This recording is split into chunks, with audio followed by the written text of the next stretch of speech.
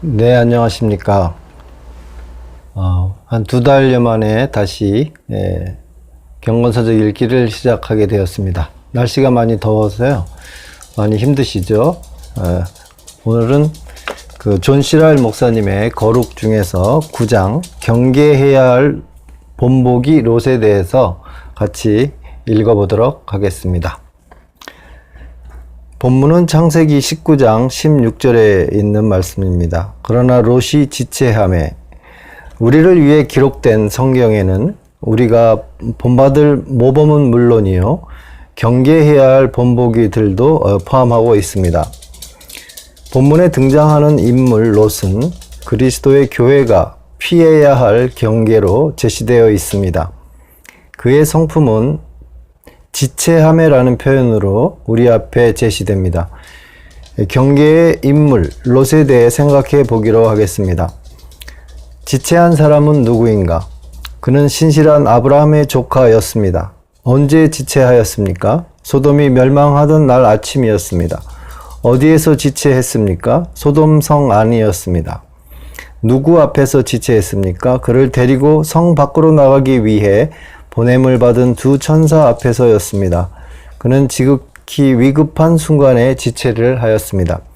이 말씀은 지극히 엄숙하며 많은 생각을 요합니다. 그것은 신앙을 고백하는 모든 신자들의 귀에 트럼펫 소리처럼 울려 퍼져야 합니다. 나는 이 말씀이 이 글을 읽는 모든 독자들로 하여금 생각하게 만들 것이라고 믿습니다. 그것이 자신의 영혼에게 필요로 하는 말씀이라는 것을 모르는 사람은 있습니까? 예수께서는 롯의 처를 생각하라고 명령하십니다. 누가복음 17장 32절. 오늘 주님의 사역자인 나는 당신이 이 롯을 기억하기를 요청합니다. 나는 다음과 같은 4가지를 설명하려 합니다. 첫째, 롯은 누구인가? 본문 말씀에서는 롯에 대해 무엇이라고 말하는가? 셋째, 롯이 지체한 이유는 무엇인가? 넷째, 롯의 지체로 말미암아 어떤 결과가 생겼는가? 참 기독교인이 되며 거룩한 생활을 하기를 원하는 사람들은 내 말에 특별한 주의를 기울이기를 바랍니다. 만일 우리가 거룩함을 쫓기를 원한다면 지체하지 말아야 한다는 것을 확실한 원리로 삼아야 합니다. 거듭 말하거니와 롯은 우리가 피해야 할 경계입니다. 첫째, 롯은 누구인가? 이것은 대단히 중요한 문제입니다. 만일 내가 이것을 살펴보지 않고 지나간다면 나는 내가 특별히 음악 유익을 주기를 원하는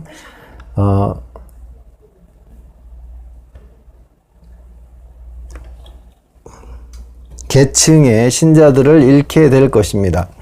만일 내가 이 문제를 분명히 하지 않는다면 많은 사람들이 이 글을 읽은 후에 롯은 나쁜 사람이다. 그는 가련하고 악하고 음울한 피조물, 회심하지 않은 사람, 이 세상의 자녀였다. 그가 지체한 것은 지극히 당연하다라고 말하게 될 수도 있을 것입니다. 이제 내 말에 유의하라. 롯은 전혀 그런 사람이 아니었습니다. 롯은 참신자, 회심한 사람, 진정한 하나님의 자녀, 의롭다함을 얻은 영혼, 의로운 사람이었습니다. 이 글을 읽는 독자 중에 은혜를 소유하고 있는 사람이 있습니까? 롯도 은혜를 소유하고 있었습니다. 독자 중에 구원의 소망을 가진 사람이 있습니까? 롯도 역시 구원의 소망을 가지고 있었습니다. 독자 중에 생명으로 인도하는 좁은 길로 가고 있는 사람이 있습니까? 롯도 역시 좁은 길로 간 사람이었습니다. 이것이 성경이 뒷받침이 없는 나의 개인적인 의견이라거나 지어낸 이야기라고 생각하지 마시기 바랍니다. 성령께서는 롯을 의로운 사람이라고 부르심으로써 베드로후서 2장 7절에서 8절 이 문제에 대해 논쟁의 여지가 없게 하셨고 그의 안에 있었던 은혜에 대하여 선한 증거를 하셨습니다. 첫째 증거로는 그가 악한 세상에 살면서 날마다 악한 것을 보고 들었으나 그 자신은 악하지 않았다는 것입니다.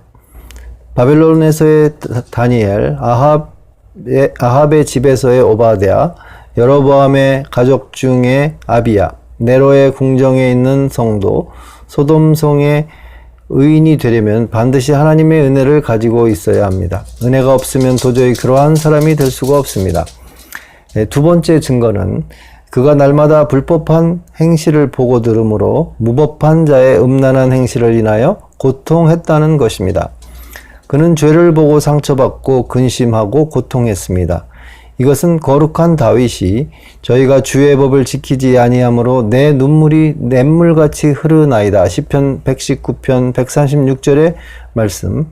주의 말씀을 지키지 아니하는 괴사한 자를 내가 보고 슬퍼하였나이다. 시편 119편 158절 이라고 말할 때의 느낌과 같습니다. 이것은 내게 큰 근심이 있는 것과 마음에 그치지 않는 고통이 있는 것을 증거하노니 나의 형제 곧 고륙의 친척을 위하여라고 말한 사도 바울의 느낌과도 같은 것입니다. 로마서 9장 2절에서 3절.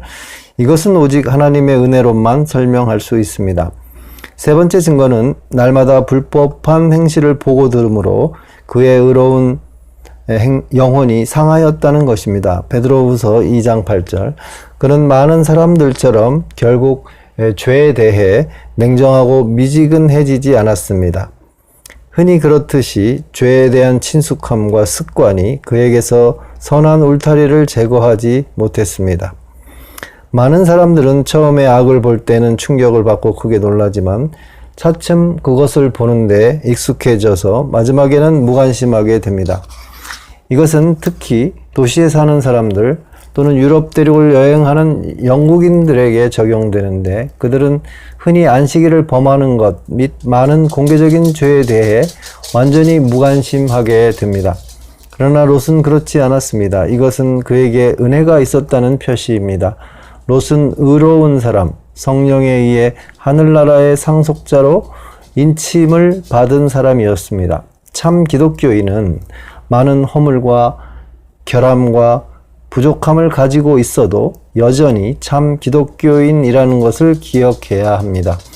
불순물이 섞여 있다고 해서 금을 멸시하지 않듯이 많은 부패함을 수반하고 있다고 해서 은혜를 과소평가해서는 안 됩니다.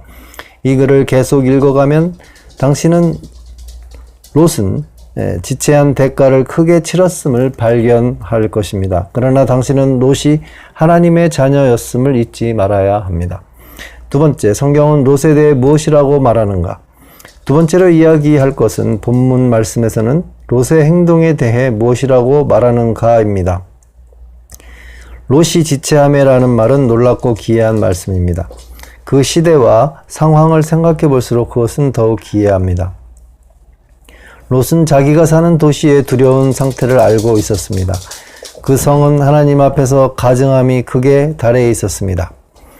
그런데도 롯은 지체하였습니다. 롯은 그 성 안에 있는 모든 사람들에게 두려운 심판이 임할 것을 알고 있었습니다. 천사들은 분명히 여호와께서 우리로 이곳을 멸하려 보내셨나니 우리가 멸하리라라고 말했습니다. 창세기 19장 13절. 그런데도 그는 지체하였습니다. 롯은 하나님은 말씀대로 지키시며 말씀하신 것은 반드시 행하신다는 것을 알고 있었습니다. 만일 이것을 알지 못했다면 그는 아브라함과 오랫동안 함께 살았던 조카일 리가 없습니다. 그런데도 그는 지체하였습니다. 롯은 위험하다고 믿고 있었습니다. 그러므로 그는 자기의 사위들에게 여호와께서 이 성을 멸하실 터이니 일어나 이곳을 떠나라고 경고했습니다. 창세기 19장 14절. 그런데도 그는 지체하였습니다. 롯은 하나님의 천사들이 곁에 서서 그와 그의 가족들이 떠나는 것을 기다리고 있는 것을 보았습니다. 그는 그 진노의 사자들이 일어나라, 여기 있는 내 아내와 두 딸을 이끌라, 이 성의 죄악 중에 함께 멸망할까 하노라 라고 재촉하는 음성을 들었습니다. 창세기 19장 15절. 그런데도 그는 지체했습니다. 그는 마땅히 서둘러야 할 때 지체하였습니다. 앞으로 나아가야 할 때 뒤를 향했고, 서둘러야 할 때 빈둥거렸고, 뜨거워야 할 때 차가웠습니다. 그것은 이상한 일이요, 믿기 어려운 일입니다. 그것은 너무나 엄청나서 진실처럼 보이지 않습니다. 이것은 처음 볼 때에는 기이하게 보이지만 그리스도의 백성들 중에는 롯을 닮은 사람들이 무척 많습니다. 나는 이 글을 읽는 사람들이 내 말에 주의를 기울이며 내가 의도하는 것을 오해하는 일이 없기를 바랍니다. 롯은 지체하였습니다. 오늘날 롯을 닮은 기독교인들이 많이 있습니다. 하나님의 자녀들 중에는 많은 것을 알고 있으나 실천하지 않으며 많은 것을 깨닫고 있으나 실행하지 않으며 이런 상태에서 몇 년 동안이나 그대로 머물러 있는 사람들이 많습니다. 그만큼의 상태까지 이르렀으면서도 더 이상 앞으로 나아가지 못하는 것이야말로 참으로 기이한 일입니다. 그들은 머리 되시는 그리스도를 신봉하며 진리를 사랑합니다. 그들은 건전한 복음 전파를 좋아하며 전파되어지는 모든 복음 교리에 동의를 합니다.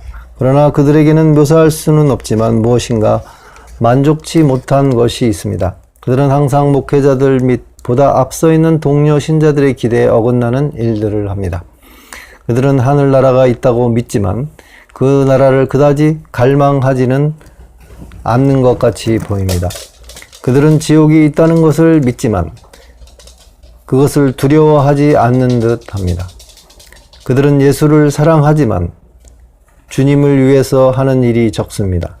그들은 마귀를 미워하지만 종종 마귀를 유혹하여 그들에게 다가오게 만드는 듯합니다. 그들은 세월이 짧다는 것을 알면서도 마치 세월이 긴 것처럼 생활합니다. 그들은 자신이 싸움을 해야 한다는 것을 알지만 사람들이 보기에는 평화로이 지내는 사람 같습니다. 그들은 자신이 경주를 해야 한다는 것을 알지만 사람들이 보기에 그들은 마치 고요히 앉아 있는 것처럼 보일 때가 있습니다.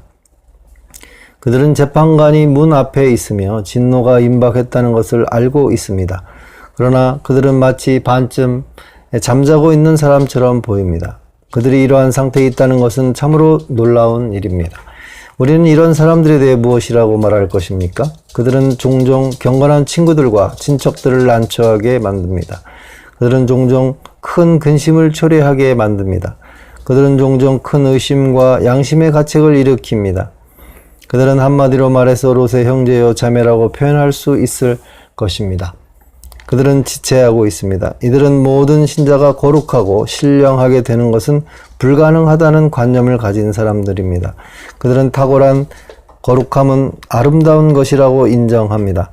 그들은 그것에 대한 책을 읽기를 즐기며 때로는 다른 사람들에게서 그것을 보는 것을 즐기기도 합니다. 그러나 그들은 모든 사람들이 그처럼 높은 목표를 가져야 한다고 생각하지는 않습니다. 어쨌든 그들은 그것이 자기들의 능력 밖의 일이라고 생각하는 듯합니다.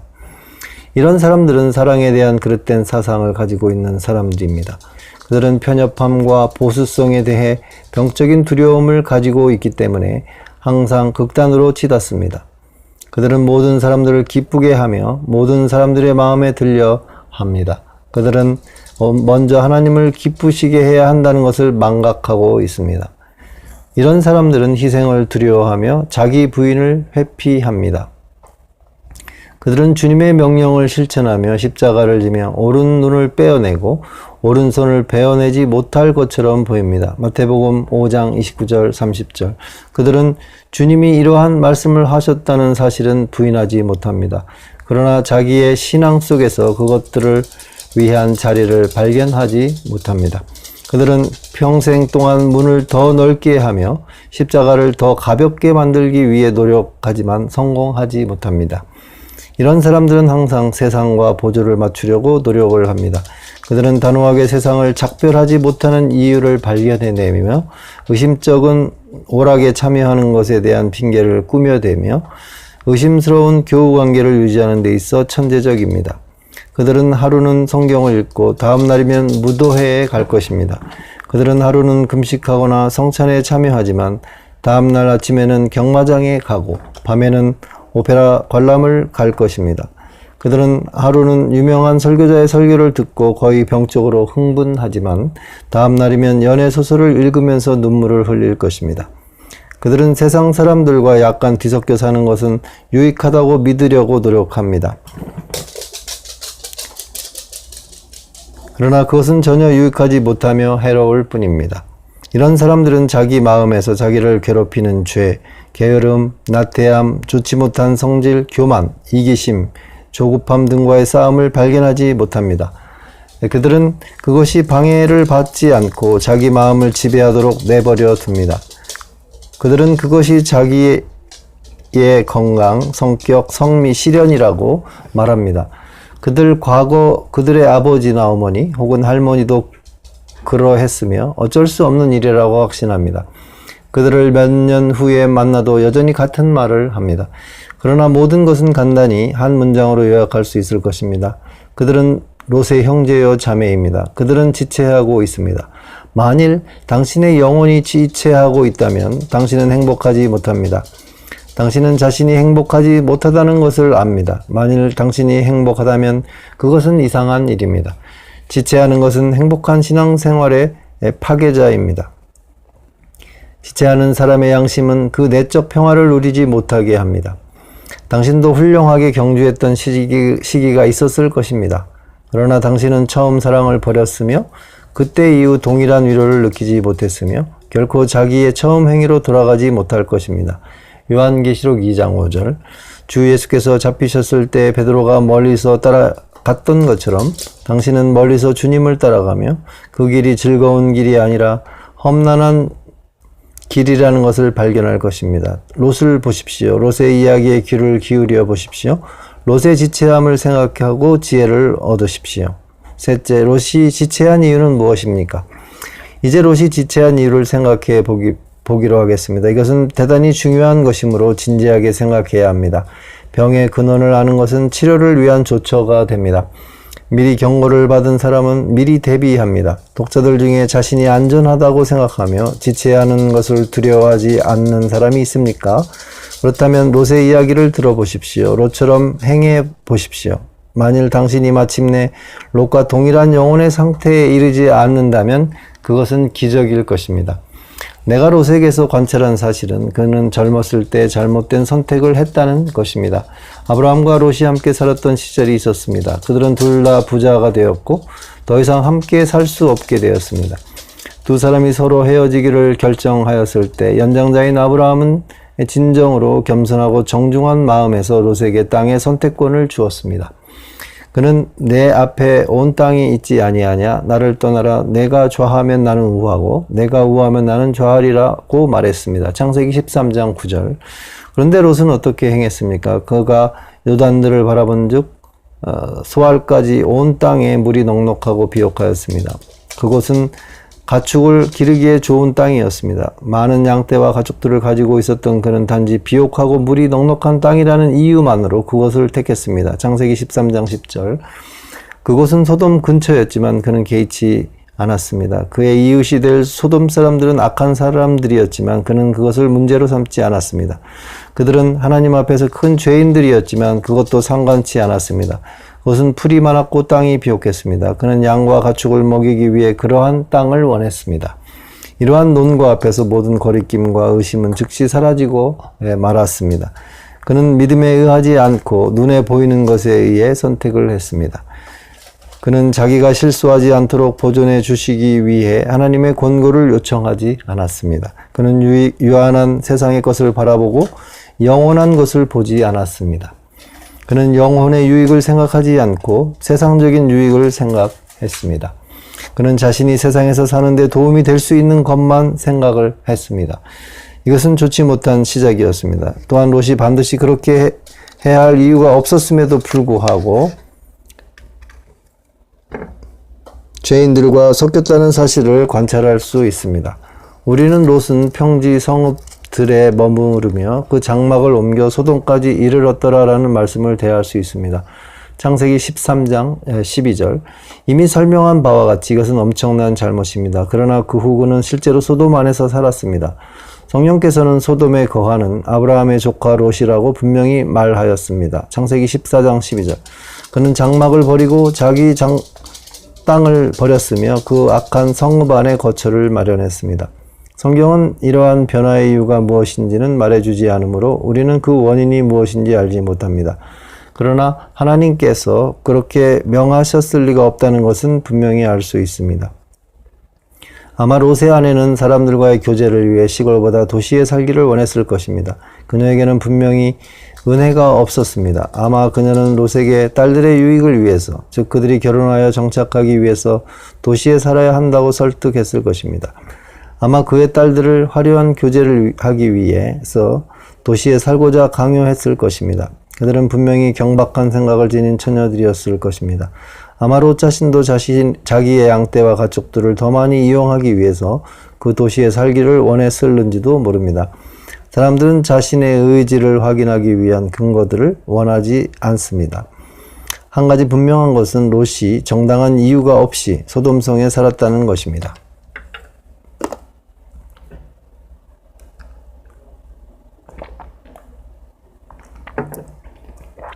하나님의 자녀가 이미 언급한 것과 같은 두 가지 일을 하면서 자기 영혼에 대한 바람직하지 못한 이유를 제시해도 우리는 결코 놀랄 필요가 없습니다. 그가 롯처럼 고통을 경고하는 음성에 귀를 기울이지 않으며 창세기 14장 12절 시련과 위험의 날에 지체하는 자로 드러나도 우리는 놀랄 필요가 없습니다. 그릇된 선택, 비성경적인 선택을 하며 세속적인 사람들 사이에 정착해 사는 것이야말로 자신의 영성을 해치며 자신의 영원한 관심사에 대해 퇴보하는 확실한 길입니다. 이것은 영혼의 맥박을 희미하고 무기력하게 만드는 길입니다. 이것은 죄에 대한 감각을 무디게 만드는 길입니다. 이것은 영적 분별력을 희미하게 만들어 선과 악을 거의 구별하지 못하게 하며 비틀거리게 만드는 길입니다. 이것은 돈과 발을 도덕적으로 마비시켜 시온을 향해 가면서 마치 불 속에 있는 메뚜기처럼 비틀거리고 떨게 만드는 길입니다. 이것은 자신의 통로를 악한 원수에게 파는 것이요, 전쟁터에서 마귀에게 유리한 고지를 내어주는 것이요, 싸우는 자가 자신의 두 팔을 묶는 것이요, 경주하는 자가 두 발에 족쇄를 채우는 것이요, 자신의 힘의 원천을 말라버리게 만드는 것이요, 삼손처럼 자신의 머리털을 베어버리는 것이요, 자신을 블레셋 사람들의 손에 내어주는 것이요, 자신의 두 눈을 빼어내고 연자 방아를 돌리는 것이요, 노예가 되는 것입니다. 독자 여러분, 내 말에 주의를 기울이십시오. 이것을 당신의 마음에 기록하여 두고 잊지 마십시오. 아침마다 그것을 기억하고 저녁에도 상기하십시오. 그것들을 당신의 마음 깊숙이 보관해 두십시오. 지체하는 위험을 피하여 안전하게 거하려면 쓸데없이 세상 사람들과 섞이지 않도록 조심하십시오. 롯과 같은 선택을 하지 않도록 조심하십시오. 당신의 영혼이 메마르고 답답하고 졸립고 나태하고 황폐하고 유격적이고 우둔하고 무감각한 상태에 있지 않으려면 롯과 같은 선택을 하지 않도록 조심하십시오. 1.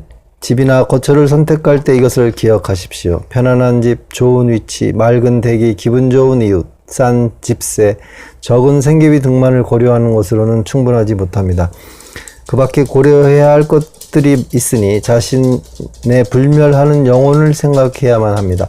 당신이 염두에 두고 있는 집이 천국으로 가는 데 도움이 될 것인지, 지옥으로 가는 데 도움이 될 것인지, 가까운 곳에 복음을 전파하는 곳이 있는지, 십자가에 달리신 그리스도가 당신의 집 문 안에 있는지, 가까운 곳에 당신의 영혼을 지켜볼 참 하나님의 사람이 있는지, 만일 당신이 영원한 생명을 사랑한다면 이것을 간과하지 마십시오. 롯의 선택을 조심하십시오. 2. 직업을 선택할 때 이것을 기억하십시오. 월급이 많은 것, 일이 쉬운 것, 많은 장점, 장래의 전망들을 고려하는 것만으로는 충분하지 못합니다.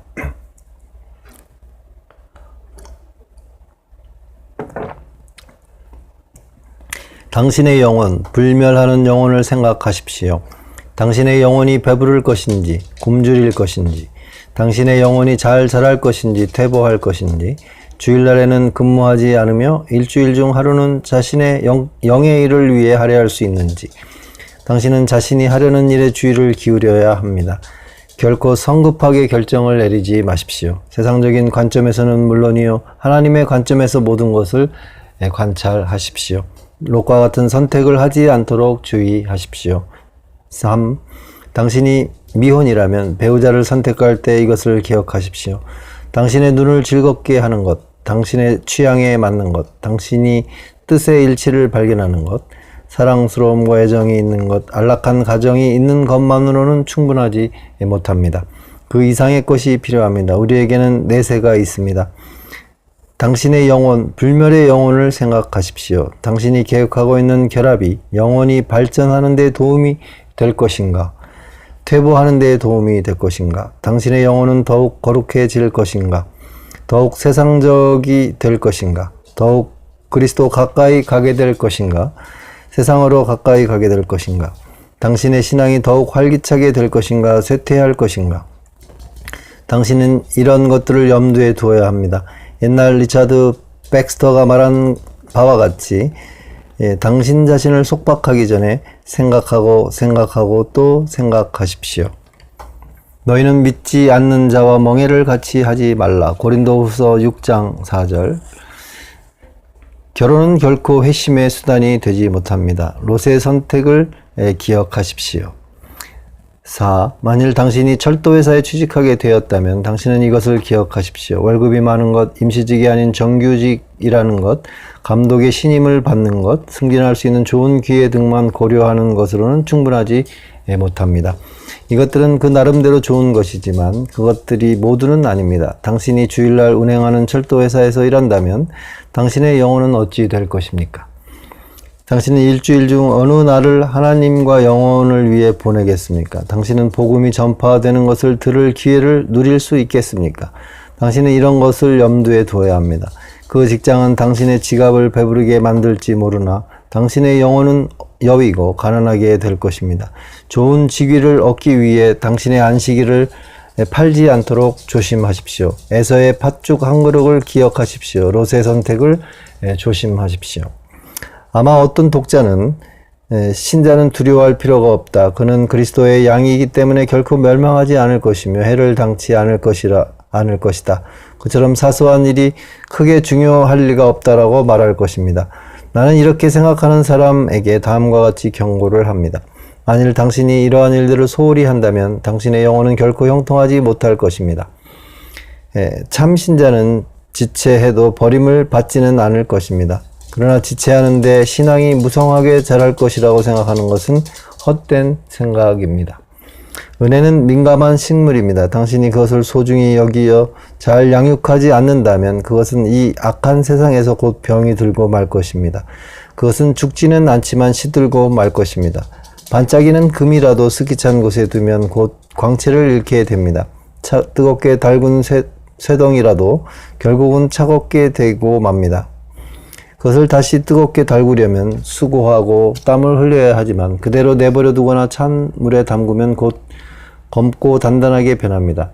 아마 지금 당신은 열심 있는 진지한 기독교인일 것입니다. 당신은 한창 때의 다윗처럼 내가 형통할 때 말하기를 영영이 요동치 아니하리라 하였도다라고 말할 것입니다. 시편 30편 6절. 그러나 미혹되지 마십시오. 당신은 롯의 발자취를 쫓으며 롯의 선택을 하며 롯의 영혼과 같은 상태에 이르게 될 수도 있습니다.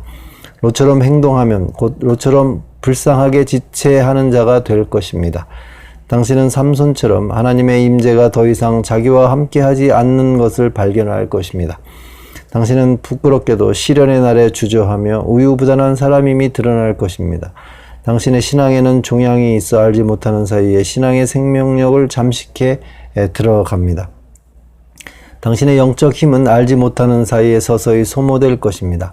마침내 당신의 인생의 전환점에 설 때, 원수가 물밀듯이 공격해 올 때, 엄청난 공경에 처하게 될 때 당신은 자신의 두 손으로 더 이상 하나님의 일을 할 수 없게 되었으며 두 발로 주님의 길을 걸을 수 없게 되었고 당신의 믿음이 겨자씨보다 더 작다는 것을 발견하게 될 것입니다.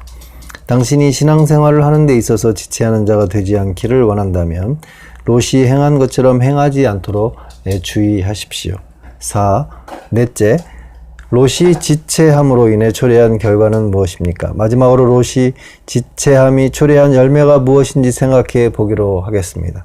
나는 여러 가지 이유로 이 점을 그냥 지나치지 않으려 합니다. 사람들 중에 롯은 구원을 받았다. 그는 의롭다함을 얻고 하늘나라에 갔다. 나는 하늘나라에 가는 것으로 만족하며 그 이상은 원하지 않는다라고 말할 사람들도 적지 않을 것입니다. 만일 당신이 이런 생각을 하고 있다면 잠시 내 말에 귀를 기울여 보십시오. 나는 롯의 이야기 중에 주의를 기울일 가치가 있으며 당신의 마음을 변화시킬 수도 있을 것을 이야기하겠습니다. 탁월한 거룩함과 탁월한 유익함은 서로 밀접하게 연결되어 있으며 행복과 주님을 따르는 것은 서로 병행합니다.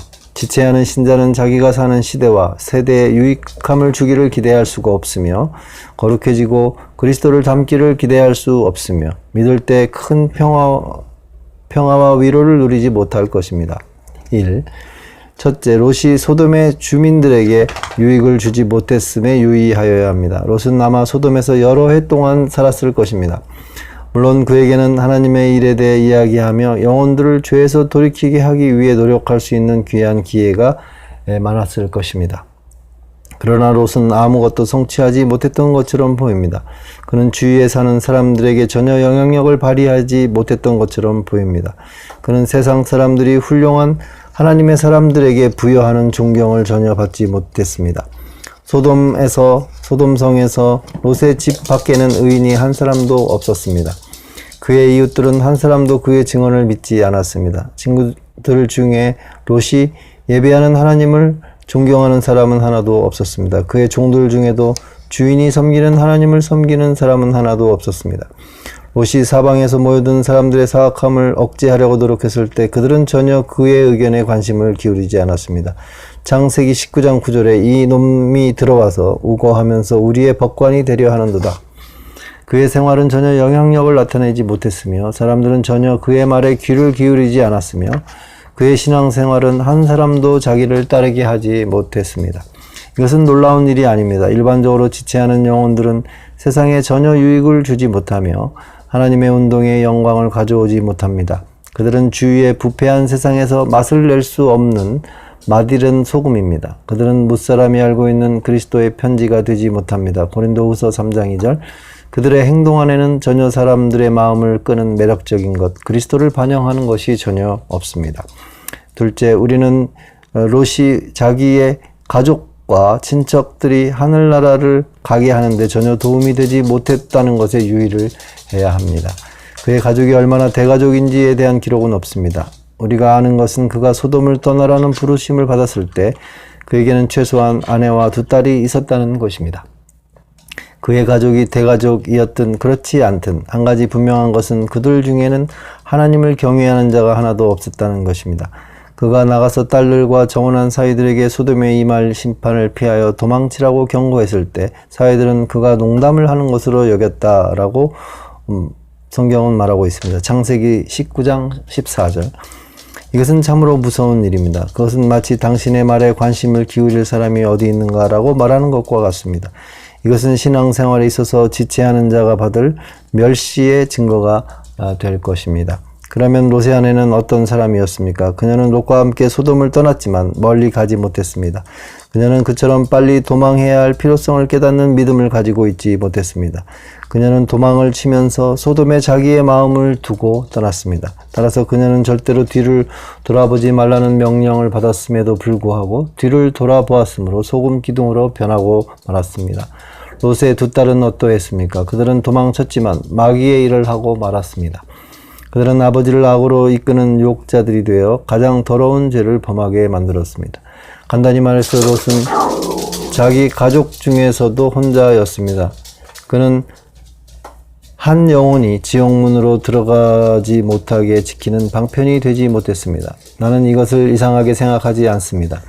지체하는 영혼의 가족들은 그를 철저히 알 수 있으며 완전히 알게 되면 그를 멸시합니다. 가장 가까운 친척들은 그의 신앙생활 중에 다른 것들은 전혀 이해하지 못해도 그가 모순되다는 것을 깨닫습니다. 그들은 슬프지만 당연한 결론, 만일 그가 믿는다고 고백한 것들을 진정으로 믿는다면 지금과 같은 행동은 하지 않을 것이다. 이것을 이끌어냅니다. 지체하는 부모의 자녀는 거의 경건치 못합니다. 어린아이의 눈은 귀로 듣는 것보다 더 많은 것을 흡수합니다. 아이들은 당신의 말보다는 행동을 지켜봅니다. 우리는 이것을 기억해야 합니다. 3. 셋째, 우리는 롯이 죽을 때 전혀 증거를 남기지 않았다는 점에 유의해야 합니다. 우리는 롯이 소돔에서 도망친 이후의 일에 대해 거의 아는 바가 없으며 아는 것은 모두 만족치 못한 것들입니다. 작다는 이유로 소알로 도망하게 해달라고 간구한 일, 그 후 소알을 떠난 일, 동굴에서의 행동, 이것들은 모두 그의 안에 있는 은혜가 연약하다는 것, 그의 영혼이 지극히 저급한 상태에 떨어져 있다는 것을 보여줍니다. 우리는 롯이 소돔에서 도망친 후 얼마나 오래 살았는지 알지 못합니다. 그가 언제 어디에서 죽었는지, 아브라함을 다시 만났는지, 어떤 태도로 죽었는지, 무슨 말을 했으며 무슨 생각을 했는지 알지 못합니다. 이것들은 전혀 알려져 있지 않습니다. 아브라함, 이삭, 야곱, 요셉, 다윗의 마지막에 대한 기록은 있으나 롯의 최후에 대한 기록은 없습니다. 아마 롯의 임종은 무척 음울한 것이었을 것입니다. 성경은 의도적으로 그의 주위에 베일을 친 것처럼 보입니다. 그의 말년에 대해서는 고통스러운 침묵이 있습니다.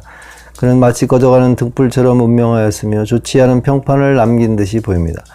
만일 신약 성서에서 롯을 의인이라고 하지 않았다면 우리는 롯의 영혼이 구원을 받았는지 의심했을 것입니다. 그러나 나는 롯이 이처럼 슬픈 종말을 맞은 것을 기이하게 여기지 않습니다.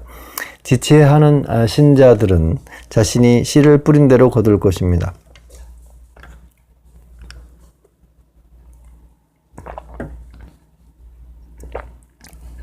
그들의 지체함은 그들의 영이 떠날 때 그들을 맞이합니다. 그들은 최후에 거의 평화를 소유하지 못합니다.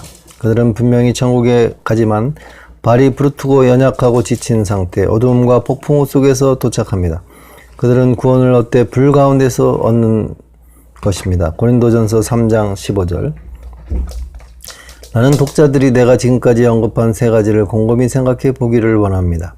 내가 말하는 의도를 오해하지 않기를 바랍니다. 사람들은 놀랍게도 지극히 적은 핑계에 의지하여 쉽사리 자기 영혼의 일에 관련된 일들에 대해 오해를 합니다. 지체하지 않는 신자는 당연히 세상에 유익을 주는 도구가 되는 것은 아닙니다. 노아는 120년 동안 전도하였지만 아무도 그의 말을 믿지 않았습니다. 주 예수는 자기와 같은 민족인 유대인들의 존경을 받지 못했습니다. 지체하지 않는 신자들은 당연히 자기의 가족들과 친척들을 회심시키는 도구가 되는 것은 아닙니다. 다윗의 많은 자녀들은 경건치 못했습니다. 예수의 형제들조차 주님을 믿지 않았습니다. 롯의 악한 선택과 지체함, 롯의 지체함과 가족들과 세상에 유익을 주지 못한 것 사이에 관계가 있다고 보는 것이 불가능하지는 않습니다. 성령께서는 우리가 그것을 깨닫기를 원하십니다. 나는 성령께서는 롯을 모든 신자들의 경고의 표본으로 삼으려 하신다고 믿습니다. 마지막으로 이 글을 읽는 모든 독자, 특히 스스로 그리스도를 믿는 신자라고 말하는 사람들에게 몇 마디를 남기려 합니다. 나는 당신의 마음을 슬프게 만들기를 원하지 않으며 기독교인의 행로에 대한 음울한 견해를 주기를 원하지 않습니다. 나의 유일한 목적은 당신에게 다정한 경고를 해주는 것입니다. 나는 당신의 평화와 위안을 원합니다. 나는 당신이 안전할 뿐만 아니라 행복하며 의롭다함을 얻을 뿐만 아니라 즐겁게 지내는 것을 보기를 원합니다. 당신이 지체하면서 살 때에는 롯과 같은 신앙생활이 풍성했습니다. 오늘날 신앙 고백의 강은 과거보다 훨씬 넓어졌지만 그다지 깊지 못한 곳들이 많습니다. 영국 국교회의 어느 파에 속하며 그 파의 이익에 열심을 나타내는 것, 요즘에 주도적 논쟁거리에 대해 이야기하는 것, 유행하는 신앙서적이 출판되자마자 그것들을 구입하여 책상 위에 놓아두는 것, 집회에 참석하는 것, 전도자들의 공로에 대해 논의하는 것, 새로 등장하는 선동적인 신앙 형태에 열광하는 것, 이 모든 것들은 오늘날 비교적 쉽고 흔하게 얻을 수 있는 것들입니다. 그것들은 희생을 거의 혹은 전혀 요구하지 않습니다. 그것들은 십자가를 수반하지 않습니다. 그러나 하나님과 동행하는 것, 진실로 신령한 마음을 갖는 것, 나그네여 이방인처럼 행하는 것, 시간을 보내는 일이나 대화나 오락이나 옷을 입는 일에 있어서 세상과 구별되는 것, 어디서나 신실한 그리스도인의 증인이 되는 것, 어떤 모임에서나 그리스도의 향기를 남기는 것, 기도하고 겸손하며 이기심을 버리며 고요하며 쉽게 기뻐하며 사랑이 많으며 인내하며 온유한 사람이 되는 것, 죄를 크게 두려워하는 것, 그리고 세상으로부터 오는 위협에 대해 두려워하며 사는 것. 오늘날 이것들을 발견하기가 참으로 어렵습니다. 참 신자라고 불리우는 사람들에게서도 그것들을 발견하기가 어렵습니다. 더욱 안타까운 것은 그것들이 결여되어 있다는 것을 느끼지 못하며 그로 인해 슬퍼하지 않는다는 것입니다. 오늘날과 같은 시대에 모든 독자들에게 권하고 싶은 것은 더욱 힘써 너희 부르심과 택하심을 굳게 하라는 것입니다. 베드로 후서 1장 10절. 당신은 게으르지 말고 경솔하지 말고 적은 은혜에 만족하지 말고 세상과 별 차이가 없는 상태에 만족하지 마십시오. 당신은 결코 할 수 없는 일, 즉 세상과 그리스도를 함께 섬기는 일을 시도하지 마십시오. 당신은 전심으로 다하는 기독교인이 되며 거룩함을 좇으며 높은 수준의 성화를 목표로 하며 거룩한 생활을 하며 당신의 몸을 하나님께 산 제물로 바치며 성령 안에서 행하십시오. 로마서 12장 1절, 갈라디아서 5장 25절. 만일 당신이 행복한 사람, 유익한 사람이 되기를 원한다면 결코 지체하는 영혼이 되지 마십시오. 당신은 세월이 요구하는 것이 무엇인지를 알기 원하십니까? 민족들의 동요, 옛것들의 근절, 왕국들의 전복, 사람들의 마음이 불안한 것, 이것들은 무엇을 말해 줍니까? 그것들은 신자여 지체하지 말라라고 크게 외치고 있지 않습니까? 당신은 그리스도의 재림을 맞을 준비를 하기를 원하십니까?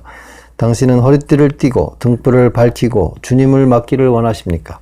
그렇다면 지체하지 마십시오. 당신은 신앙생활에서 많은 위로를 느끼며 성령께서 당신의 마음속에서 증거하시는 것을 느끼며 당신이 믿는 분을 알며 우울하고 불명하며 의기소침한 기독교인이 되지 않기를 원하십니까? 그렇다면 지체하지 마십시오.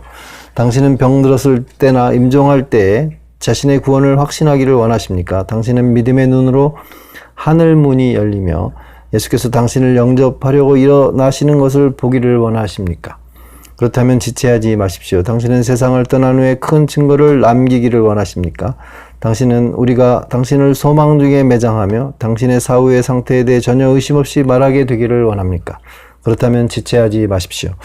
당신은 당신의 시대와 세대에 세상에 유익한 사람이 되기를 원하십니까? 당신은 사람들을 죄에서 끌어내어 그리스도께 인도하며 당신의 교리를 훌륭하게 만들며 사람들이 보기에 주님의 뜻이 아름답고 매력적인 것으로 만들기를 원하십니까? 그렇다면 지체하지 마십시오.